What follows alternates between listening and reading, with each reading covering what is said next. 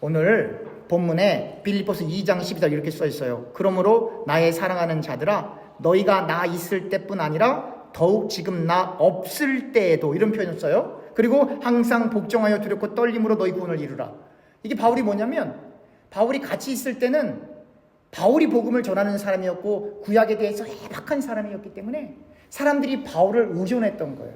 근데 이제 바울이 더 이상 빌립보 교인들과 함께 있을 수가 없었어요. 그래서 바울이 빌립보 교회를 떠나서 다른 지역에서 선교 활동을 해야 되는데 바울이 걱정이에요. 아이고, 나도 없는데 교인들이 교회 안 오면 어떡하나.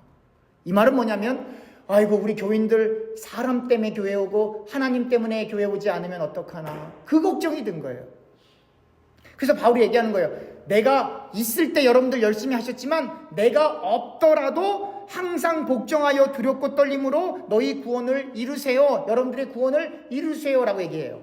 많은 분들이 이 12절에 잘못 해석을 해요. 여기 뭐냐면 항상 복종하여 두렵고 떨림으로 너희 구원을 이루라. 그러니까 마치 구원의 주체가 인간이 된 것처럼 느껴져요. 내가 예수 믿었지, 내가 봉사했지, 내가 선행했지, 내가 교회 섬겼지, 내가 목사 장로 권사 됐지, 내가 했어. 마치 그렇게 느껴진다 이 말이에요. 그래서 바울이 그럴까봐 그 다음 절 13절에 이렇게 써놓았어요. 13절입니다. 너희 안에서 행하시는 이는 하나님이시니 자기의 기쁘신 뜻을 위하여 너희에게 소원을 두고 행하게 하시나니. 구원을 이루라라고 얘기했지만, 그러나 그 구원을 이루는 과정의 첫 번째 관문 예수 믿는 것도 하나님이 믿음 너희에게 줘야 되는 거야. 예수 믿고 이게 죄고 이게 선이라고 하는 것을 깨닫게 되고 올바른 방향으로 가게끔 이끌림 받는 것도 너희 안에 하나님의 소원을 두고 하나님의 뜻을 두고 하나님의 의지를 두고 그 하나님 나라를 향하여 한 발짝 한 발짝 이끌고 가시는 분이 하나님이야. 너희가 아니고. 그래서 성경은 처음부터 끝까지 읽어야 되는 거예요. 여러분들과 제가 예수 믿은 게 아닙니다, 여러분. 여러분들과 우리가요, 이 세상 속에 교육이라고 하는 걸 받았어요. 국민학교 때부터, 초등학교 때부터. 그렇죠?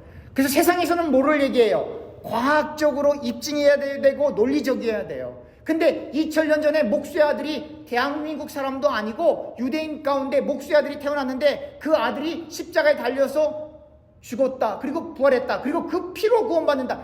이걸 여러분들과 제가 어떻게 믿어요? 안 믿어져요. 근데 우리가 지금 믿고 있잖아요. 누구의 은혜로? 하나님의 은혜, 예수의 은혜로. 다시 말하면 내가 무슨 특별해서 하나님의 인도받는 거 아닙니다, 여러분. 세상에 특별한 사람 어디 있어요? 다 먼지, 똥과 같은 존재들이라고, 인간은요. 우리가 이 뉴스 보면 어떻게 저런 훌륭한 정치인이 저렇게 돈을 많이 훔쳐갔대. 저렇게 힘 있는 사람이 왜 저랬을까? 여러분들과 제가 똑같은 힘, 똑같은 권력, 똑같은 돈이 있으면 더 큰 죄 지을지도 몰라요. 우리는 그 정도만큼 사기칠 능력이 없는 것 뿐이에요, 여러분. 죄도요, 돈 많아야 더 큰 죄 짓고요. 도둑질도요, 많이 배워야 큰 돈 훔쳐요. 적게 배운 사람은 훔쳐봐야 100만 원, 1000만 원이에요. 근데 많이 배운 사람은 2천억까지 훔쳐요. 2천억. 그러니까 예수 없이 잘 되는 게 절대 복 아닙니다, 여러분. 예수 없이 성공하는 거 절대 복 아닙니다, 여러분. 예수 없이 남자가 막 건강해봐요. 삼성처럼 건강해봐요. 여러 여자 울립니다. 네. 가정도 파괴되고요. 예수 없이 돈 많이 가서 큰 권력가 정치인 돼보세요. 그 사람 때문에 억울하게 감옥 가는 사람은 수두룩합니다. 그 사람 때문에. 그래서 성경은 뭐라고 얘기하냐면 이스라엘 백성들의 원망이 하늘까지 오른다라는 표현을 쓴다 이 말이에요. 과부가 재판장에게 와서 계속 도와달라고, 억울함을 풀어달라고. 그게 뭐냐면 탄원하는 거거든요. 시편에는 수많은 탄원시가 있거든요. 왜? 하나님을 경외하지 않은 사람들이 막강한 부와 권력을 갖기 때문에 그로 인해 발생되는 너무나 억울한 일들이 세상 가운데 많이 있기 때문에 그래요. 다시 말하면 여러분들과 제가 이 땅 짧다면 짧고 길다는 긴 인생인데 이 지나가는 시간 동안에 예수를 믿을 수 있다는 게 가장 큰 복인 거예요, 여러분. 오늘 본문에 보면 17절에 이렇게 써 있습니다. 오늘 본문 빌립보서 2장 17절. 만일 너희 믿음의 재물과 섬김 위에 내가 나를 전제로 드릴지라도 나는 기뻐하고 너희 무리와 함께 기뻐하리니. 여기 보면 전제가 나와요. 바울은 바리새인이거든요. 바울은 구약을 정통한 사람이거든요. 그러니까 그 구약의 전제에 빗대어 이렇게 표현하는 거예요. 나를 전제로 드릴지라도. 근데 이게 무슨 말인가 도대체? 우리가 더 구체적인 내용을 파악하기 위해서 성경 구절을 제가 하나 읽어드리겠습니다. 디모데후서 4장 6절입니다. 디모데후서 4장 6절. 시작이 이렇게 시작해요. 전제와 같이. 이게 술로 하나님 앞에 예배드리는 거예요. 전제와 같이 내가 벌써 부어지고, 그러니까 포도주가 바닥에 부어지던 혹은 곡물에 부어지던 이 전제처럼 나도 이렇게 부어진다는 거예요. 부어지고 나의 떠날 시각이 가까웠도다. 그리고 나서 바울이 이렇게 얘기합니다. 나는 선한 싸움을 싸우고 나의 달려갈 길을 마치고 믿음을 지켰으니 이제 후로는 나를 위하여 의의 면류관이 예비되었으므로 주 곧 의로우신 재판장이 그날에 내게 주실 것이며 내게만 아니라 주의 나타나심을 사모하는 모든 자에게도니라. 무슨 얘기하는 거예요? 내가 포도주처럼 부어져서 죽는 거야, 이 얘기하고 있는 거예요. 그래서 면류관 얘기 나오는 거고. 다시 말하면 바울이 내가 너희를 위해 전제로 부어질지라도, 오늘의 본문 빌립보서 2장 17절에 나와 있는 이야기는 뭐냐면 내가 너희를 위해 죽을지라도, 그 얘기하는 거예요. 내가 너희를 위해 죽을지라도 나는 기뻐하고 너희 무리와 함께 기뻐하리니. 이와 같이 너희도 기뻐하고 나와 함께 기뻐하라. 이와 같이 내가 죽는 날 장례식단 찔찔 짜고 울지 말고 하나님의 영광과 함께 같이 웃어줘. 그렇게 유언 남기고 있는 거예요, 바울이. 그러니까 바울은 이렇게 고백하잖아요. 내가 너희를 위해 죽을지라도 나는 너무 기뻐. 그러니까 바울은 내가 너를 위해 죽을 수도 있어. 그래도 나는 너무 기뻐. 너희가 뭐만 할 수 있다면, 예수만 믿을 수 있다면. 그 얘기하는 거예요, 지금. 근데 우리는 어떻습니까?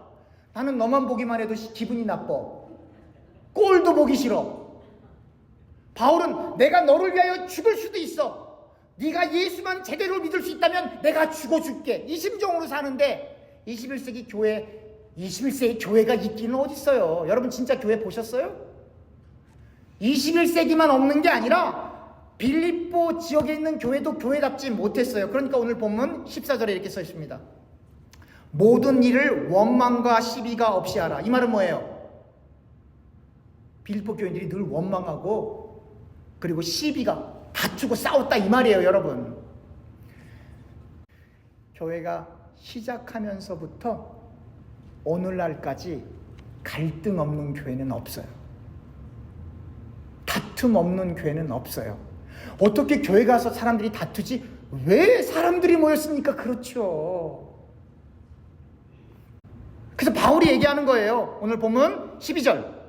그러므로 나의 사랑하는 자들아, 너희가 나 있을 때뿐 아니라 더욱 지금 나 없을 때에도 항상 복종하고 두렵고 떨림으로 너희 구원을 이루라. 이 말은 뭐냐면 사람들이 그렇게 다툴 때에는 바울이 중심에 딱 서이니까 바울 보고 교회에 왔던 거예요, 빌립보 교인들이. 근데 거기에 바울이 없어요. 이제 더 이상 없어요. 그러니까 바울이 걱정이야. 이 사람들이 교회 안 나오면 안 되니까. 오늘날처럼 옆 동네 건너 저기가 교회 있고 뭐 차로 5분 10분간만 교회가 있으면 다행인데, 이 당시에는 빌립보 지역에는 빌립보 교회가, 고린도 지역에는 고린도 교회가 떨어져 있다 이 말이에요. 그러니까 이 빌립보 지역에 사는 사람들이 빌립보 교회를 안 가면 예배를 못 드려, 말씀을 못 들어, 예수를 믿을 수가 없는 거예요, 결국은. 그래서 바울이 걱정하는 거예요. 내가 없더라도 항상 복종하여, 순종이 아니고 복종하여. 순종과 복종은 달라요. 같은 말이지만 뉘앙스가 달라요. 순종은 내가 누군가의 말을 순종하려면 make sense가 돼야 돼. 내가 이해가 돼야 돼. 그 순종하는 거예요. 복종은 그게 아니에요. 당신이 이해하든 못하든 make sense가 되든 안 되든 그냥 하는 거예요. 누구 뜻이기 때문에? 하나님 뜻이기 때문에. 여러분, 하나님께서 100세에 낳은 그 아들 이삭을 모리아에 있는 한 산에 데리고 와서 그걸 번제로 바치라고 하는데, 여러분 그게 make sense가 돼요? 사람을 인신제사하라는 건데 그것도 자기 아들을 죽여서 하나님 앞에 제물로 드리라는 건데 그게 make sense가 되냐 이 말이에요. 그건 순종하는 게 아니고 복종하는 자리로 끌려가는 거예요, 여러분. 오늘 한 구절 더 살펴보고 말씀을 마치려고 하는데요. 오늘 본문 15절입니다.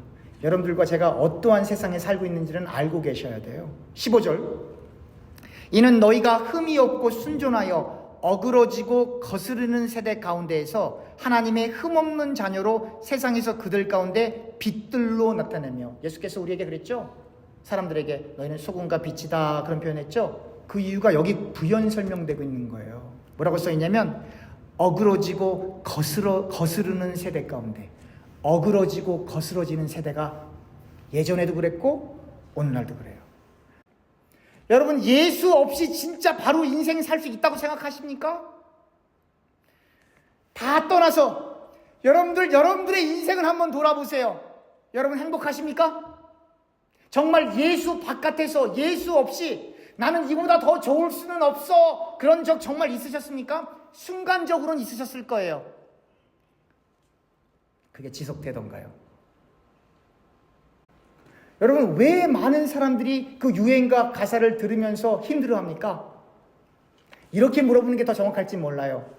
사랑해서 결혼한 거 맞아요? 첫 번째 질문. 두 번째 질문. 사랑해서 결혼했어도 그 사랑 정말 지속되던가요? 이 얘기는 뭐냐면 부부간의 불신을 얘기하는 게 아니라 나이 18, 19대에는 사랑할 수 있는 호르몬이 나오는 거예요, 여러분. 여러분들과 제가 만난 그 대상 아니었어도 다른 대상 만나도 그 호르몬 나와요. 지금도 여러분 부인 보고 남편 보면 가슴이 두근거리시나요? 손 한번 들어주세요. 있으시면 한 분이라도. 그게 사랑이 식은 게 아니고요. 호르몬이 멈춘 거예요, 여러분. 좀 알 좀 계세요. 그래서 사랑이 물론 중요한데 그것보다 더 중요한 게 뭐냐면 성실함과 책임감이에요, 여러분.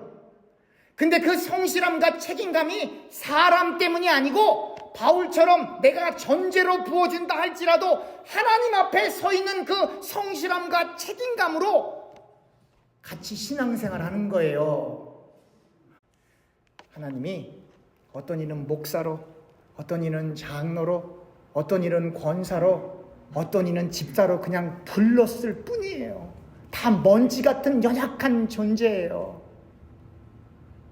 근데 그 하나님께서 불러주셨기 때문에 그냥 여러분들과 제가 우리의 맡은 자리에서 우리가 할 수 있는 부분들을 그냥 감당해낼 뿐인 거예요. 제발 훌륭해지려고 하지 마세요. 제발 더 잘하려고 하지 마세요. 하나님 앞에서 주어진 것만큼, 제가 한국 사람들이 하는 말 중에 이 말 참 마음에 들어요. 따라합시다. 분수대로 살자. 우리가 할 수 있는 것만큼 편안하게 정말 주님만 바라보며 하나님 영광 뺏지 말고 내가 했다라고 자랑하고 싶은 그런 때 치우치지 말고 하나님 불러주신 것만도 감사합니다. 그리고 우리는 이 땅 지나가는 거예요. 기도하겠습니다.